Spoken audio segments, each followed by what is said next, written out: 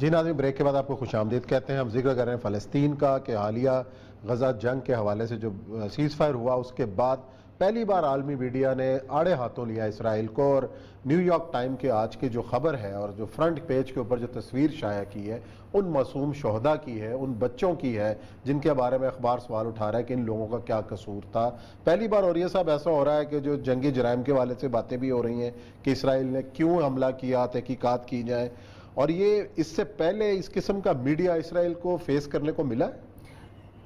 دیکھیں، اصل صورتحال یہ ہے کہ اس نیو یارک ٹائم میں 3 دن پہلے ایک آرٹیکل بہت بڑا چھپا تھا جو بائیڈن کے حوالے سے، کہ امریکہ نے کہا ہے کہ اب ہمارے پاس کوئی لیوریج ایسا نہیں رہ گیا کہ ہم اسرائیل کو کچھ کہہ سکیں۔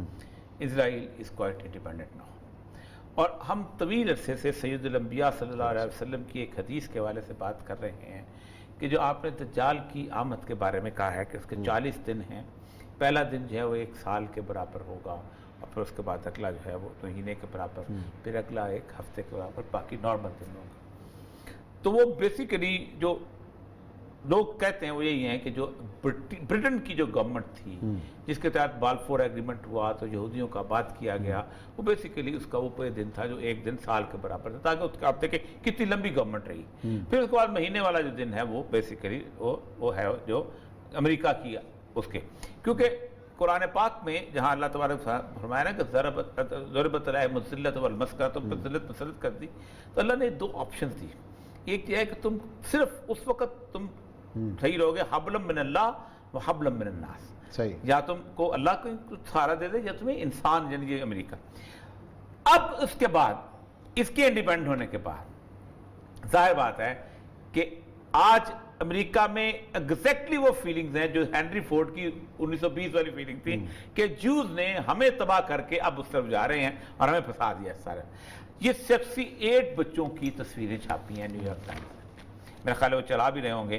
68 بچوں کی تصویریں جو ہیں ان میں ساتھ انہوں نے جو ریمارکس دیے ہیں، ٹوٹل انہوں نے کہا کہ 68 ہیں، 68 کی تصویریں ہیں، شہداء کی تعداد، شہداء کی تعداد 68 ہی کا ہے، بچوں کی تعداد۔ اور 2 بچے کہتے ہیں کہ 2 بچے، لیکن اس کے بارے میں انہوں نے کہا کہ پہلی دفعہ مغرب کا پریس کہتا ہے کہ اسرائیل جو کہتا ہے 2 بچے مارے ہیں، میں جھوٹ بولتا ہے، کوئی تصدیق نہیں، لیکن یہ 68 کی تصویریں ہیں۔ میں صرف 4 لفظ انگریزی کے بولتا ہوں، آپ سوچیں کہ انگریزی پڑھتے ہوئے تکلیف ہوتی ہے، اگر وہ عربی میں یا اردو میں بولے جائیں تو کیا آپ اندازہ کہیں۔ when asked to describe how they felt, many parents answered with a simple it's God's will، یہ تو اللہ کی مرضی تھی۔ their voice often reduced to the whisper، یعنی ان کی بات گفتگو کرتے کرتے ڈوب جاتی تھی، رند جاتی ہے۔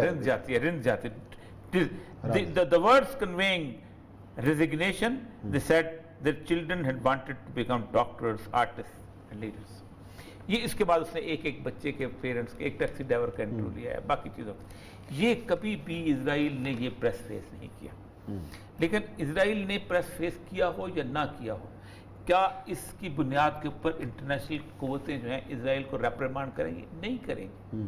عثمان صاحب، 4 بچے اس طرح کے کسی اور افغانستان میں یا عراق میں یا کسی اور جگہ مرے ہوتے، پاکستان کا ہر بندہ، یہ ہیومن رائٹ ایکٹیوسٹ، یہ جتنے بھی بیٹھے ہوئے موم بتیاں لے کے کھڑے ہو جاتے ہیں، کتنے مرے ہوئے؟ پورے یورپ میں موم بتیاں جل رہی ہوتی ہیں، پوری یورپ میں موم بتیاں، یہ ایک نیو یارک ٹائم میں لگا لیں، یہ فرض کفایہ ادا کرتے ہیں۔ بس دیکھیں، آپ مجھے بتائیے کہ پاکستان میں کس چیز کے لیے موم بتی نہیں جلی ان کی ماسیوں کی؟ کس جگہ پہ کہاں کچھ ہو گیا، کسی خاتون کو تھپڑ پڑ گیا تو ان کی 68 لاشیں ہیں، اس کے اوپر کوئی موم بتی، کیونکہ مسلمان کی لاشیں۔ اور سب سے بڑی بات بتاؤں آپ کو کہ مسئلہ پتہ کیا کہ مسئلہ سب سے اہم بات یہ ہو گیا ہوا ہے کہ سوشل میڈیا جو ہے، اب انہوں نے ایک قسم کا اس کو جن تو باہر آ گیا ہوا ہے، اب سوشل میڈیا کے جن کو خود اندر نہیں لے کے جانا چاہتے ہیں۔ اس کی ایک وجہ ہے، اس کی وجہ یہ ہے کہ the state of confusion جتنی بھی دنیا کے اندر کریٹ ہوگی، اس state of confusion کے اندر اسرائیل سمجھتا ہے کہ ہمارا راستہ نکلے گا، کیونکہ سارے کا سارا پلان جو ہے یہ انہی کا ہے۔ آپ خود دیکھیں نا کہ آج یہ جو ایگریمنٹ ابھی نہیں ہوا تھا، بالفور ایگریمنٹ، تو 11 اپریل 1909 میں یہ 66 لوگ پہنچے جیوز وہاں، ریت کے ایک ٹیلے کے اوپر انہوں نے بیٹھ کے وہ سی پی سے انہوں نے پلاٹ لاٹ کیے ہیں اور 1 سال کے اندر تل ابیب کو شہر آباد کر لیا تھا. اور ان 66 لوگوں سے لے کے 1909 سے لے کے اب تک 110 سالوں کے اندر پوری دنیا کو انہوں نے ناچ نچا دیا. انگلی یعنی جس ملک نے کہا ہم بات کرتے ہیں وہ کہتے ہیں تم اینٹی سیمائٹس ہو. جس یہ ابھی شاہ محمود قریشی نے فقرہ بول دیا ہے. آپ دیکھیں پوری چاروں طرف دھوم مچی ہوئی ہے. یہ اس کے اندر سے اینٹی سیمیٹزم نہیں نکلی اور اس کے اندر یہ ہے اور وہ ہے. وہ بھائی تم 68 بچے مار دیتے ہو آج بھی, اور 68 بچے مارنے کے بعد وہ بچے بھی وہ ہیں کہ جو اس علاقے کے اندر اچھے بیچارے بہترین سکولوں میں پڑھنے والے جن کے آئیڈیل سے سب. اچھا ایک اور عثمان صاحب سے بڑی بات ہے کہ جو مسلمانوں کی اور کرسچنز دونوں کی بے بسی, یہ جو ویسٹ بینک ہے نا یہ آج بھی ان کے کنٹرول میں ہے. یہ محمود عباس وغیرہ یہ سارے انہی کے ساتھ چٹے بٹے بنے ہوئے ہیں. اور ویسٹ بینک میں آپ کو پتہ ہے کہ ویسٹ بینک کا جو عیسائیوں کا گرجا, مسلمانوں کی عبادت کا, اور یہ سارا ٹیمپل ماؤنٹ, آپ کو پتہ ہے اس کا انچارج کون ہے؟ اردن کا کنگ عبداللہ. اور اس کی مرضی سے وہ سب کچھ تالے کھلتے ہیں, سب کچھ ہے. اس نے کچھ نہیں کہا, اس لیے اس کو پتہ ہے. ابھی پچھلے دنوں محمود عباس نے فلسطینیوں کو لاٹھی چارج کیا کہ تم احتجاج کیوں کر رہے ہو, غزہ والے لڑتے ہیں لڑنے دو, کیونکہ غزہ میں مومن لوگ بیٹھے ہوئے ہیں, غزہ میں حماس بیٹھے. کس جگہ پہ کہاں کچھ ہو گیا, کسی خاتون کو تھپڑ پڑ گیا تو ان کی 68 لاشیں ہیں اس کے اوپر کوئی محبت, کیونکہ مسلمان کی لاشیں. اور سب سے بڑی بات بتاؤں آپ کو کہ مسئلہ پتہ کیا کہ مسئلہ سب سے اہم بات یہ ہو گیا ہوا ہے کہ سوشل میڈیا جو ہے اب انہوں نے ایک قسم کا اس کو جن تو باہر آ گیا ہوا ہے. اب سوشل میڈیا کے جن کو خود اندر نہیں لے کے جانا چاہتے ہیں. اس کی ایک وجہ ہے, اس کی وجہ یہ ہے کہ دا اسٹیٹ آف کنفیوژن جتنی بھی دنیا کے اندر کریٹ ہوگی اس اسٹیٹ آف کنفیوژن کے اندر اس طرح سمجھتا ہے کہ ہمارا راستہ نکلے گا, کیونکہ یہ سارے کا سارا پلان جو ہے یہ انہی کا ہے.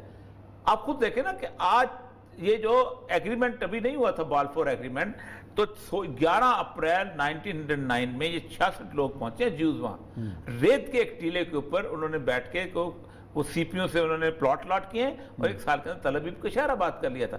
اور ان 66 لوگوں سے لے کے 1909 سے لے کے اب تک 110 سالوں کے اندر پوری دنیا کو انہوں نے ناچ نچا دیا.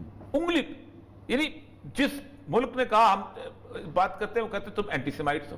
جس یہ ابھی شاہ محمود قریشی نے فقرہ بول دیا ہے. آپ دیکھیں پوری چاروں طرف دھوم مچی ہوئی ہے. یہ اس کے اندر سے اینٹی سیمیٹزم نہیں نکلی اور اس کے اندر یہ ہے اور وہ ہے.